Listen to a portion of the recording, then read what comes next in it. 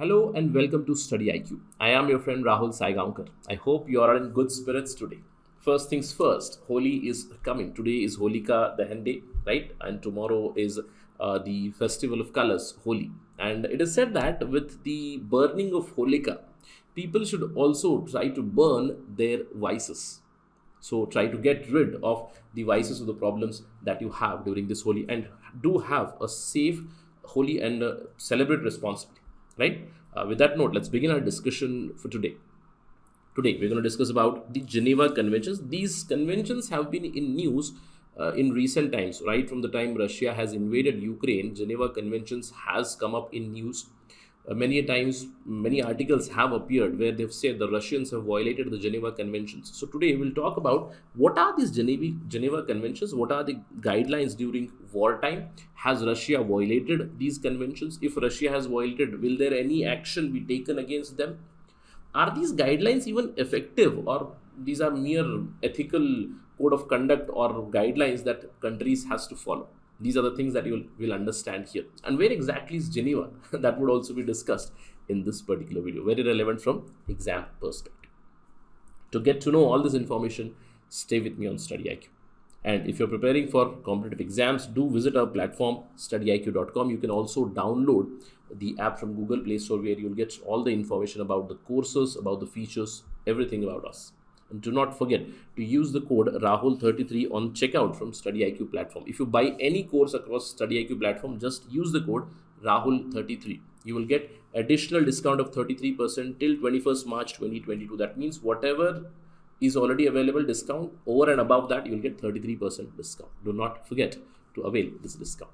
Right, let's begin our discussion. As I told you, Geneva Conventions have been mentioned, especially in the last week or two, many times. You can see the news here. Russian troops used banned phosphorus munitions in Popsana of Ukraine, and they violated Geneva Convention.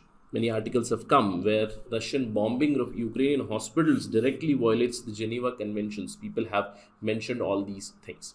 But this brings us to a question. What exactly are these Geneva Conventions? First things first, where is Geneva? Geneva is in Switzerland. It comes towards Western Switzerland, right? This is the city of Geneva. Please remember, Geneva is not the capital city of Switzerland. Very important thing. Capital city of Switzerland is Bern, not Geneva. Many aspirants, they get confused. A simple question comes, which is the capital city of Switzerland? You select Geneva. No, it's not Geneva, it's Bern. But many conventions have been signed in Geneva. It is in Switzerland itself. And what are these Geneva Conventions? These are a set of 4 conventions or 4 treaties which have been formalized in 1949. There are 3 additional protocols also which have been finalized, 2 in 1977, 1 in 2005. Now, first of all, what is a convention? A convention is basically an agreement between the parties, right? See, convention means all of us sit together and we agree that during the wartime we are not going to do this. This is allowed, this is not allowed. We formally agree. So convention is an agreement or a treaty between all the parties, and it is generally binding on all of them. Generally, conventions are signed and then ratified. Whoever has ratified the convention, it is binding on them. Now, a protocol is something like an amendment to the convention. Means if I want to change something in the original convention, if I want to add something, or if I want to create a standard operating procedure, then I bring a protocol. And protocol, it becomes binding only when it is ratified specifically. Now, you'll understand how many people have agreed to these conventions, how many people have agreed to these protocols. You'll understand in some time. So a convention basically codifies accepted. These Geneva Conventions basically codify ethical and legal standards towards humanitarian treatment of those people who are impacted in war. And right now, it's war in Ukraine. So what are these conventions? There are 4 conventions, as I told you. First convention, it talks about wounded and sick soldiers, how to handle wounded and sick soldiers during a land war. And this is very relevant for Russia and Ukraine, right? This convention extends to all medical and religious personnel, medical units and medical transports, where distinctive emblems or the vehicles which are carrying these sick soldiers or wounded people, they should not be attacked. Hospital zones should not be attacked. Religious personnel should not be attacked. And a model identity card would be given for people who are transporting these people. So these are out of bounds. Means if there is a hospital, if there is an ambulance which is traveling, then no belligerent party is going to attack that. The second convention talks about the same thing: wounded, sick and shipwrecked military personnel at sea. That means this is more relevant for sea warfare. Again, hospital ships, medical transport by sea with specific emblems, they are not to be attacked, they are not to be harmed. The third convention applies to prisoners of war. Whenever there are two belligerent parties and a war is going on, prisoners of war are bound to happen from either side. So this includes general protection. That means the soldiers who have been captured, the people who have been captured, they should be given humane treatment, no torture, conditions of captivity, they should be kept captive in a humane places. There has to be equality across prisoners, there should be no discrimination, there should be food availability, they should be given clothing, they should be given hygiene, they should have a right to religious activity, they should have right to physical activities, intellectual activities. All these things are mentioned in the convention for prisoners of war. And the fourth convention, a very important thing here, it protects civilians including the occupied territory. That means if there are two belligerent parties today, it is Russia and Ukraine. And this fourth convention is very relevant here right now. Because Russia has invaded Ukraine, it means it is going to occupy a lot of territory. Already Donetsk is gone, Luhansk is gone, in Mariupol the fighting is going on, in Kharkiv the fighting is going on. They have already surrounded Kyiv. So eventually they are going to occupy this particular territory. How are they going to treat the civilians there? This fourth convention, it comprises of 159 articles, and it is a very important thing during the conflicts, how to protect civilians during wartime. It is very relevant here. It includes a long list of do's and don'ts, that these are the things which are not allowed, these are the things which are allowed in the convention. In fact, the protocols that have come, they have come for the Geneva Convention 4 itself, where they have said that victims of international war, victims who are non-international, that means the belligerent parties right now are Russia and Ukraine, civilians of Russia, civilians of Ukraine, and civilians from other countries during the armed conflict, how they will be handled. Here in the two protocols signed in 1977, it basically outlines the obligation of occupying power vis-a-vis the civilian population, how humanitarian relief has to be allowed, how the civilians that are occupied, they should not be tortured. All these things are mentioned. A third additional protocol was added in 2005.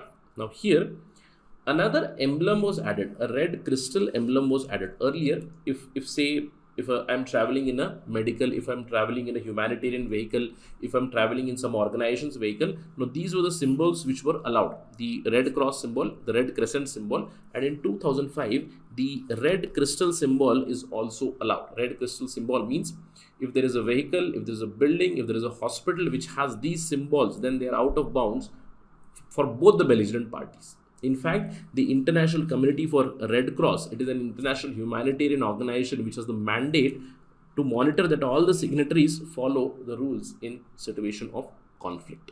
Now, what happens if anybody violates these conventions? Then what is going to happen, right? See, what is going to happen? Eventually, some action would be taken. We'll understand that. Who are the signatories as of now? See, the first four conventions, they have been ratified by all the 196 states under United Nations. All the UN members have ratified. But the next protocols have been ratified by lesser number. The additional protocols of 1977, 174, 169. The third protocol has been accepted only by 79 states. Now, why? I told you, a protocol has to be ratified by the parties. Say, this red crystal symbol is added. This can be misused during the war. What happens is, if people from either side, they can misuse these symbols, and that is why some parties have not signed this particular protocol. Alright. Now, the question arises, if somebody violates these conventions, what can be done? Well, you must have heard this particular news. Putin will be held responsible for war crimes because it is said that he violated the Geneva Conventions. That is why ICC's Sajid Javad has said they are going to start investigating Putin for war crimes. In fact, there have been many ideas or many legal precedents, provisions under the Rome Statute. Rome Statute is the one which has created the ICC. Please remember, ICC is not International Cricket Council. It is International Criminal Court. Under Article 8 of Rome Statute, it clearly says that wherever there are war crimes, then people have to be brought to justice. And war crimes definition is very, very wide. War crime definition, it includes armed conflict where individuals intentionally direct attacks against civilian population, against individuals. They bombard towns, they bombard villages, they bombard dwellings. Undefended people are attacked intentionally. They attack United Nations or any other vehicle which has come for humanitarian relief, any personnel installation they have come for humanitarian assistance or peacekeeping, they attack them. These are all war crimes. And are there evidences of war crimes against Russia? Has Russia violated the Geneva Convention? The Western Bloc agrees with that. United States Vice President Kamala Harris has already said that Russia has committed war crimes. In a recent interview, she said that bombarding of a maternity hospital by Russia in Mariupol, it is nothing but a war crime.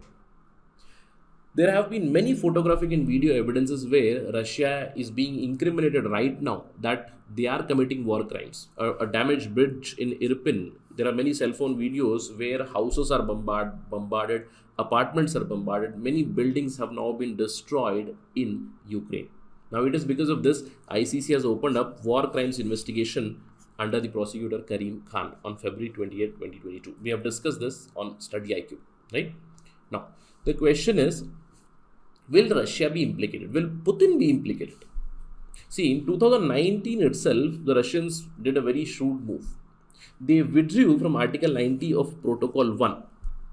It says that the high quartering parties, whenever they sign or ratify, they now have an obligation to allow International Fact-Finding Commission to inquire into allegations. And now already allegations are now put on Russians, right? That they have committed a lot of war crimes. But after withdrawing from this, who is going to find these facts? Now, you might say, sir, there are already photographic evidences, there is video evidences. All these things, they are not admissible, right? Because these can be doctored from both the parties. When there is a war going on, there are two belligerent parties. And these evidences, there are many, right? There are thousands of minutes worth of videos where things are being bombarded. But who bombarded who? Who gave the order? These are the things that have to be proved in the court of law. And that would not help.